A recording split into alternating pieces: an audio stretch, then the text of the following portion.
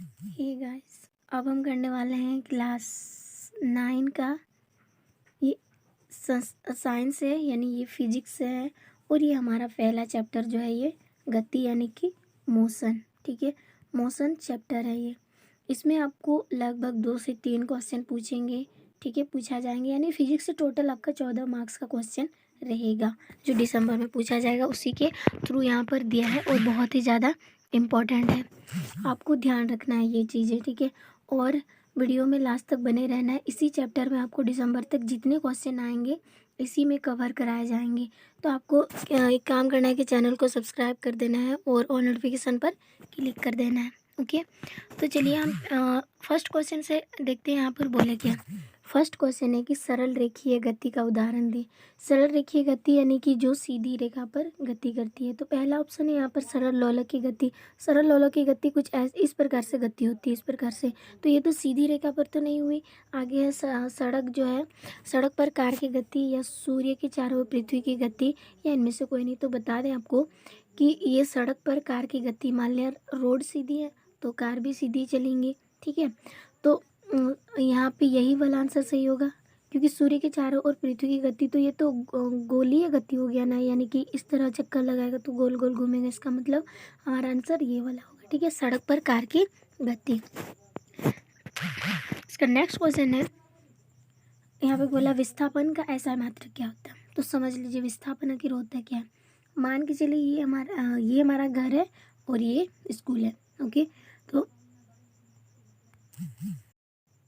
ठीक है, तो मान के चलिए ये क्या है, ये हमने मान लिया अपना घर है और ये हमारा स्कूल है।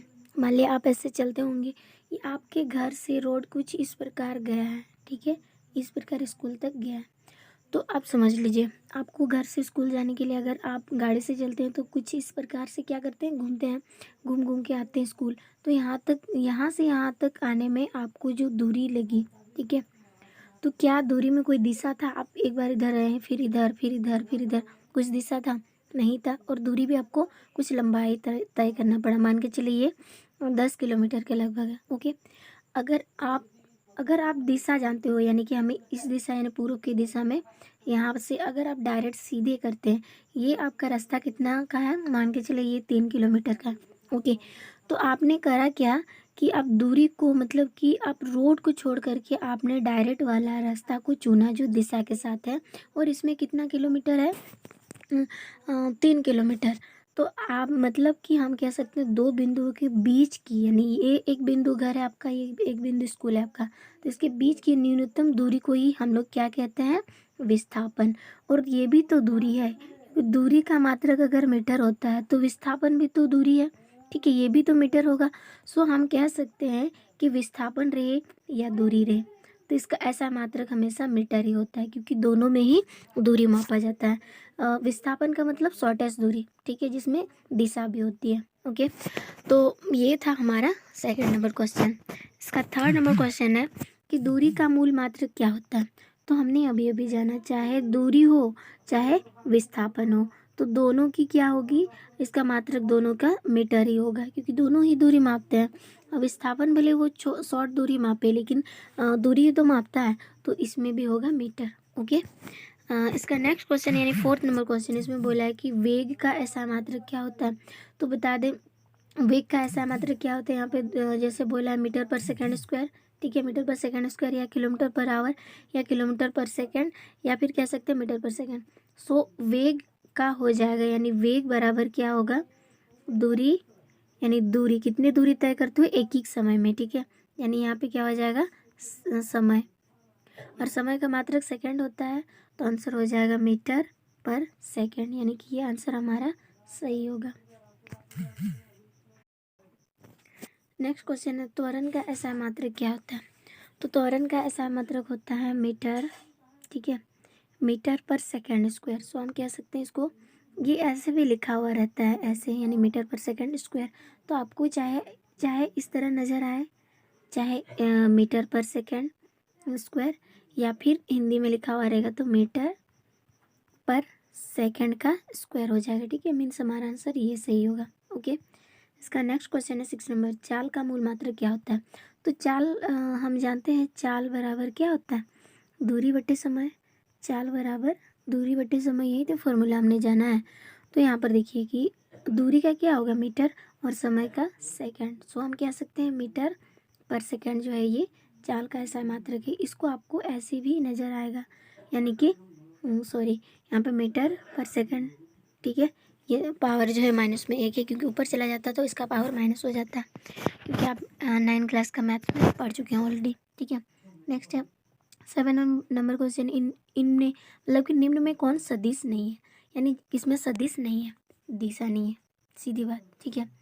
वेग में भी दिशा है, बल में भी दिशा है, क्योंकि यहाँ पे और संवेग में भी दिशा है, और दूरी में भी दूरी जो है, यानी मान लिया इस तरह टेढ़े मेढ़े रास्ता है, फिर आप यहीं से लौट के आएंगे तो इसमें तो कोई दिशा नहीं होगा, तो हम सीधे कह सकते हैं दूरी में कोई दिशा नहीं होती है, ठीक है।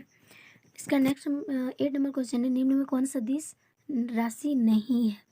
विस्थापन तो सदिश है, क्योंकि शॉर्टेस्ट दूरी, तो त्वरण भी और भार भी। सो हम कह सकते हैं चाल जो है इसमें कोई सदिश नहीं होता है, तो ये एक तरह से क्या सदिश नहीं है, यानी अदिश राशि है, ओके। नेक्स्ट क्वेश्चन है, निम्न में कौन सदिश राशि है, द्रव्यमान, विस्थापन, दूरी या चाल। तो आंसर हो जाएगा विस्थापन क्या है, सदिश है, क्योंकि ये शॉर्टेस्ट दूरी को तय करता है, यानी पूर्व की ओर, पश्चिम की ओर या किधर और चलना है, इसमें दिशा होता है, ओके। इसका नेक्स्ट क्वेश्चन है 10 नंबर, इसमें बोला कि वेग कैसे राशि है। तो वेग सदिश है, ठीक है, सीधी बात, वेग कैसी है, सदिश राशि है, विस्थापन बटे समय होता है, ठीक है। तो विस्थापन तो ऑलरेडी क्या है, सदिश ही है। तो इसका नेक्स्ट क्वेश्चन है संवेग कैसी है। संवेग भी क्या है, सदिश राशि है, ठीक है, क्या है, सदिश राशि है, इसमें भी दिशा होता है।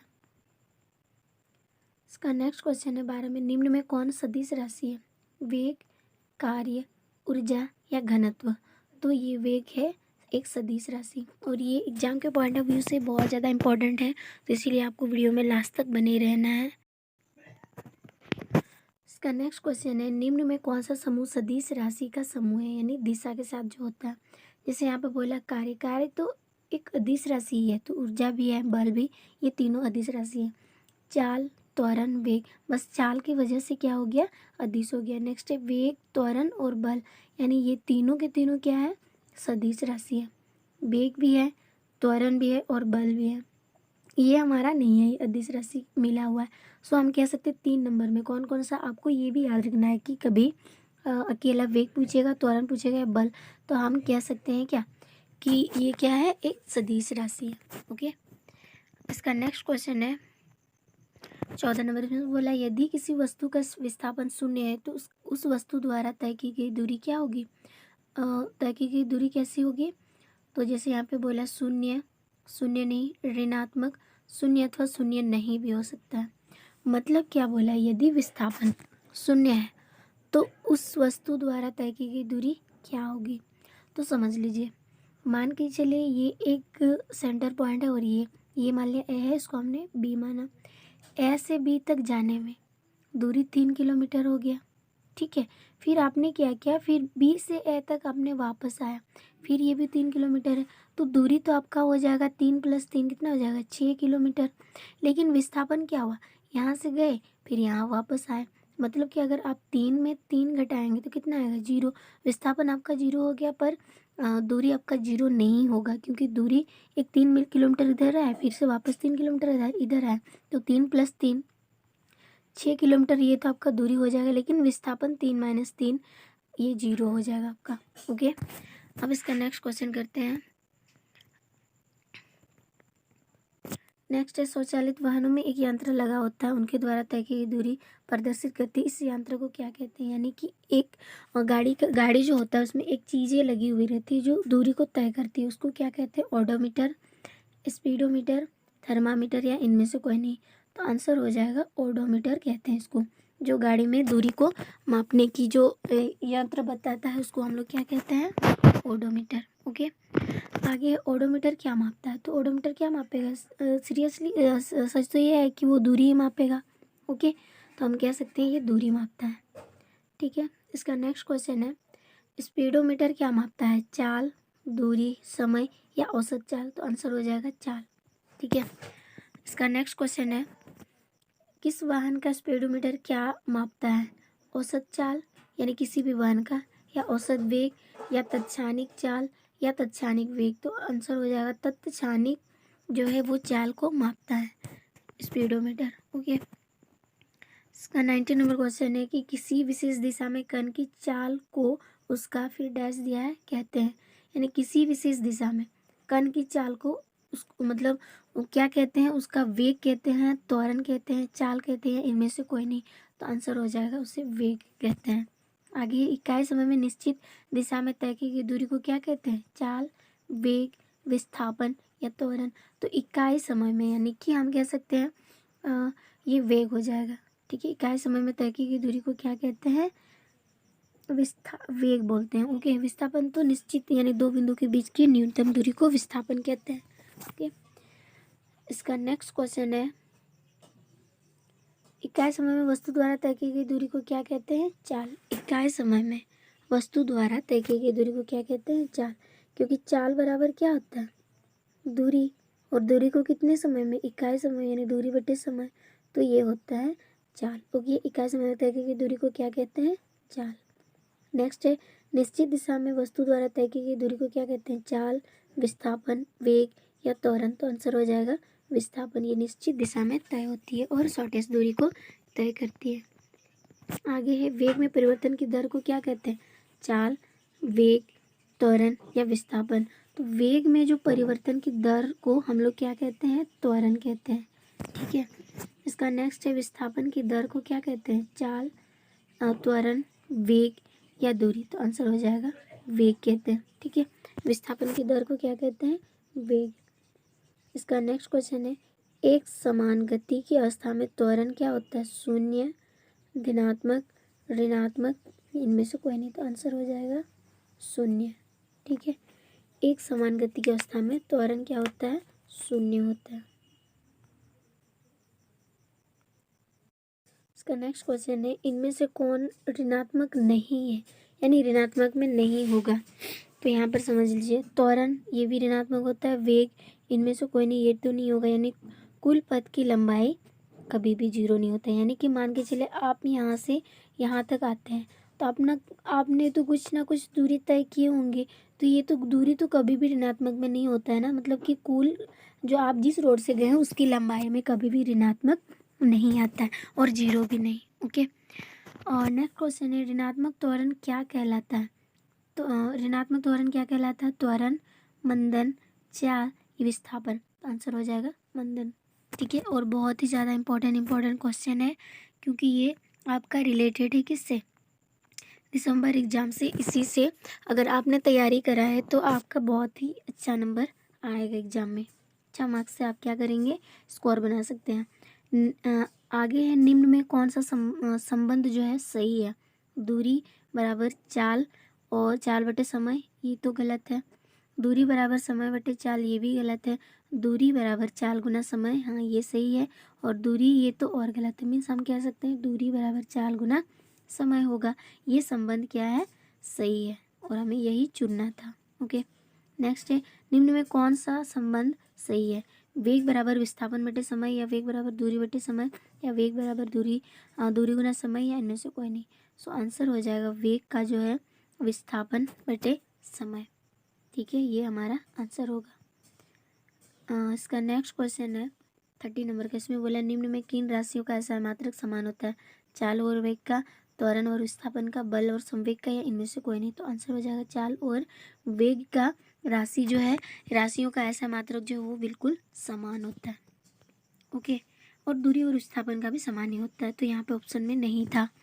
आगे विराम में आने के बाद वस्तु का अंतिम वेग कितना होता है? जब मान के चलिए ये यहाँ से चलना शुरू किया कोई भी वस्तु, ठीक है, यहाँ पे आया, आने के बाद जब वो रुक गया, ठीक है, और उसका अंतिम वेग क्या? रुक गया। जब रुका है तो उसका अंतिम वेग क्या होगा? ये तो प्रारंभिक वेग है और ये अंतिम वेग है। जब वो वस्तु अंतिम वेग में होता है यानी विराम अवस्था में, तो उसका मतलब कि उसका वेग जो है ये कितना हो जाएगा? शून्य हो जाएगा। ओके, नेक्स्ट है अचर चाल से गतिशील वस्तु का दूरी समय ग्राफ होता है। तो अचर चाल से जब भी वस्तु की गतिशील का दूरी समय ग्राफ होगा वो एक सरल रेखा में प्राप्त होगा। इस रेखा में, सरल रेखा में। ओके, इसका नेक्स्ट क्वेश्चन है, दूरी समय ग्राफ का ढाल क्या प्रदर्शित करता है? विस्थापन, त्वरण, एक समान वेग या चाल? तो आंसर हो जाएगा चाल।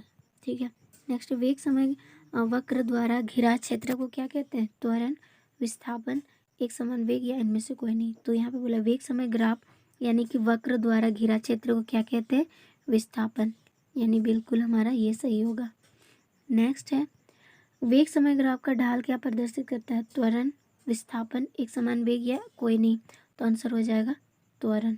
ठीक है, इसका नेक्स्ट क्वेश्चन है, चाल समय ग्राफ के अंतर्गत क्षेत्रफल दर्शाता है? दूरी, त्वरण, औसत त्वरण या इनमें से कोई नहीं? तो आंसर हो जाएगा औसत, यानी कि दूरी हो जाएगा। ठीक है, चाल समय ग्राफ के अंतर्गत क्षेत्रफल जो दर्शाता है वो दूरी को दर्शाता है। ओके, नेक्स्ट है, उस वस्तु समान वेग से चल रही उसका त्वरण क्या होता है? शून्य, यानी कि कोई मान ले एक वस्तु है, उसके समान में वेग से जो चल रही है तो उसके बीच उसके मतलब उसका त्वरण जो होगा वो बिल्कुल क्या हो जाएगा? शून्य हो जाएगा। ठीक है, नेक्स्ट क्वेश्चन है, किसी वस्तु के एक समान गति के लिए समय दूरी ग्राफ की प्रकृति क्या होगी? वक्र रेखा, सरल रेखा, दोनों या इनमें से कोई नहीं? तो बता दें, किसी वस्तु की एक समान गति के लिए समय और दूरी के बीच की ग्राफ जो है वो एक सरल रेखा में प्राप्त होगा, यानी ये आंसर हमारा सही होगा। नेक्स्ट है, किसी वस्तु के असमान गति के लिए समय दूरी ग्राफ की प्रकृति क्या होगी? असमान है तो वक्र रेखा होगा, अगर समान है तो सरल रेखा होगा। ओके, इसका नेक्स्ट क्वेश्चन है, यदि एक व्यक्ति 10 मीटर उत्तर की ओर तथा 20 मीटर पूर्व की ओर जाता है तब उसका विस्थापन क्या होता है? ठीक है, तो बात को समझ लीजिए, ये 10 मीटर क्या हो गया? उत्तर की ओर गया, सॉरी 10 मीटर कहाँ गया? उत्तर की ओर। ठीक है, 10 मीटर उत्तर की ओर गया। ठीक है, फिर क्या बोला? उत्तर की ओर गया तथा 20 मीटर पूर्व की ओर, फिर से ये 20 मीटर कहाँ आया? पूर्व की ओर। तो इसके बीच की जो दूरी है यानी और तब उसका विस्थापन क्या होगा, यानी न्यूनतम दूरी। तो यहाँ से यहाँ तक जाने में तो कुछ दूरी लगा। ठीक है, मान के चलिए इसका क्या बोला? पूर्व की ओर विस्थापन, अगर दूरी की बोला है, पहले 10 मीटर गया, फिर यहाँ से यहाँ पूर्व की ओर 20 मीटर गया, तो विस्थापन यानी कम न्यूनतम दूरी तो यही हो गया ना ये। ठीक है, तो 90 का एंगल तो यहीं पे बन रहा है। ठीक है, तो ये हमारा क्या हो जाएगा? एक लंब हो जाएगा और ये हमारा आधार हो जाएगा जिस पर बनता है। तो ये हमारा पाइथागोरस थ्योरम का अप्लाई होगा। तो किस तरह से हम निकालेंगे? मान के चलिए ये हमने क्या किया, एक पूरब की ओर गया। ठीक है, फिर ये यहाँ से एक पूरब की ओर गया, फिर इधर आया 20 किलोमीटर, यहाँ से 10 मीटर है और ये 20 मीटर है, सॉरी 20 मीटर, और ये इसका क्या है? न्यूनतम दूरी है। ओके, तो हमें न्यूनतम दूरी को क्या करना है? मापना है, और इसी को विस्थापन कहते हैं, और इसका हमें मान नहीं दिया। तो अब अगर ये 90 डिग्री एंगल बन गया तो ये पाइथागोरस थ्योरम अप्लाई करेगा। तो पाइथागोरस थ्योरम में कहता है क्या है कि ये जो कर्ण है, ये इसको हम लोग क्या कहते हैं? कर्ण। इसको हम लोग बोलते हैं आधार, इसको बोलते हैं लंब। ओके, तो यहाँ पर समझ लीजिए। ठीक है, तो हमें क्या करना है? पाइथागोरस थ्योरम लगाना है। पाइथागोरस थ्योरम लगाना हम जानते हैं कि कर्ण नहीं दिया तो कर्ण का क्या हो जाएगा? स्क्वायर। ठीक है, और ये हो जाएगा लंब का स्क्वायर। लंब का स्क्वायर इस साइड हमने क्या किया? लंब का स्क्वायर, ठीक है, जोड़ आधार का स्क्वायर। ठीक है, इसका हमने क्या किया? इसका फॉर्मूला बिठाया। तो कर्ण यानी एच हाइपोटेन्यूज बोलते हैं। ठीक है, और लंब का हो जाएगा हमारा कितना है? 10 मीटर, 10 का स्क्वायर, और प्लस में आधार हमारा दिया है 20, तो 20 का स्क्वायर हो जाएगा। ठीक है, तो यहाँ पे हो जाएगा 100 का स्क्वायर, 10 का स्क्वायर यानी 100, और 20 का हो जाएगा 400। ओके, तो टोटल कितने हो जाएगा कि 400 और 100 यानी कि 500 हो गया। ठीक है, हमें क्या निकालना है? एच स्क्वायर निकालना। तो एच स्क्वायर हो जाएगा यानी एच, इसको थोड़ा मिटा देते हैं इधर।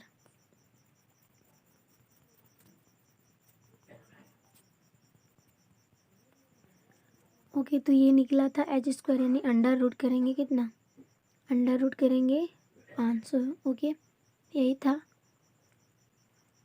अब इसका कैसे तोड़ें? तो इसका हम तोड़ेंगे किससे?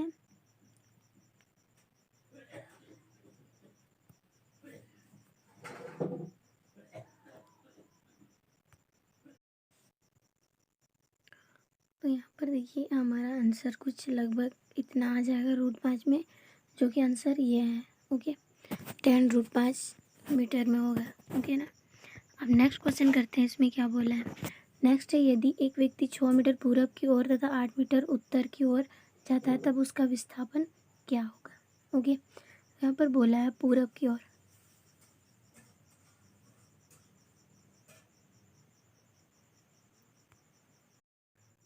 मान के चलो कोई व्यक्ति है जो एक व्यक्ति जो 6 मीटर पूरब की ओर तथा 8 मीटर उत्तर की ओर आता है, तो ये मान लिया सेंटर पॉइंट है। ये पूरब की ओर कितना मीटर गया, 6 मीटर। ठीक है, फिर उत्तर की ओर आता है कितना किलोमीटर, 8 मीटर, सॉरी किलोमीटर नहीं 8 मीटर। तो इसकी विस्थापन क्या होगी, विस्थापन मतलब न्यूनतम दूरी, और इसको मिला देंगे तो ये हो जाएगा इसका न्यूनतम दूरी। ठीक है, तो हमें यही चीज़ हमें निकालना है, और पाइथागोरस थ्योरम से हमें निकालना है। ये h हो जाएगा, ये b, और ये हो जाएगा l। ओके, तो हमें क्या करना है, इसका निकालना है, तो हम यहाँ से निकालेंगे h²। ठीक है, बराबर हो जाएगा l² प्लस में b²। ठीक है, उसको मिटा लेते हैं, इधर थोड़ा साइड करते हैं।